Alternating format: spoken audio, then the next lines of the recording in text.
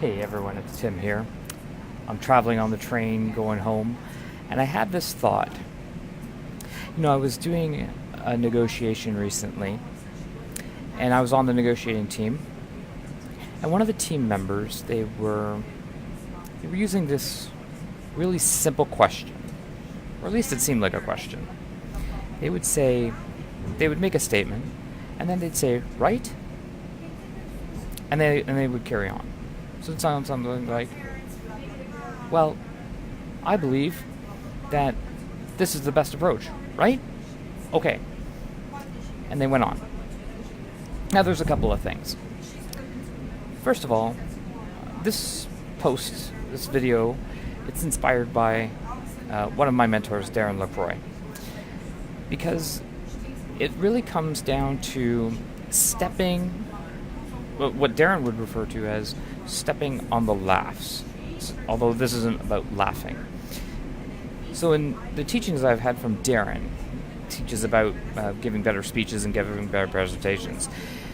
From the speech world, he talks about the fact that when we are speaking, we sometimes step on our laughs. We'll deliver a line, it gets a laugh from the crowd, and then we keep going on. We don't let the audience members enjoy the laugh, and we don't soak it in to hear their reaction. We just keep going.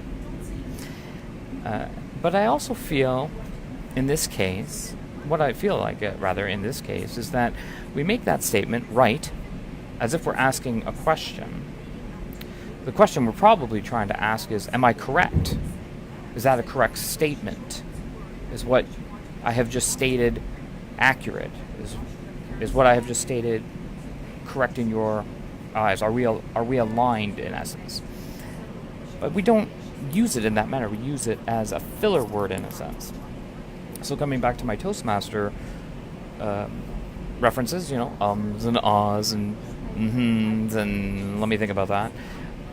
We fill the air, we fill the space with words that we don't need. And right, in my opinion, is one of these words that we are using as a filler. So I want you to consider your language, and when you're presenting, trying to be influential, that if you're going to use the word right as a question, well, number one, let's make sure we're asking it with purpose.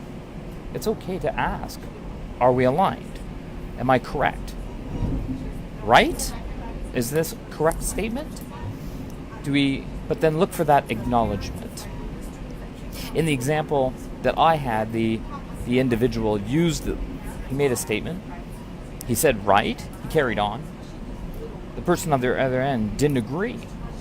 And they came back later and argued the point, to which the person said, oh, well, maybe you are right, actually. Maybe I need to do my research more. Well, he lost a little bit of leverage on that negotiation from my perspective. And if you're using the word right as a filler, well, again, you're probably losing your influence because of it. So I want you to consider your language. When you're making statements in a formal presentation, in our general conversations, it's okay that we're looking for concurrence. It's okay that we're looking for alignment on our ideas, on our thoughts, on a position. But I would encourage you, if we're going to use that word, right, that we seek the acknowledgement from the other party, that we get alignment from them. If we make that statement, we say, right? Do you agree? Are we aligned? And let them answer the question and then move forward. Part of being an influential presenter is making sure that you have the buy-in from the parties so that you both can win-win, after all. So that's it for today. That's my thought for this Friday as I travel on the train back to my home.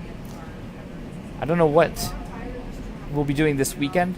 Hopefully something fun, but I want to assure you that I'm going to check in and let you know some thoughts about what I'm doing from a presentations perspective. So if you're checking out Facebook. Make sure you check in the feed every once in a while. Love to see you on live, and if not, check out the replays. Because this is something I like to do, is just give you some thoughts around how we all can become more influential presenters. So that's it for this episode. Thanks for those of you who joined live. Thanks for checking out the replay. Have a wonderful weekend. Right? Yeah.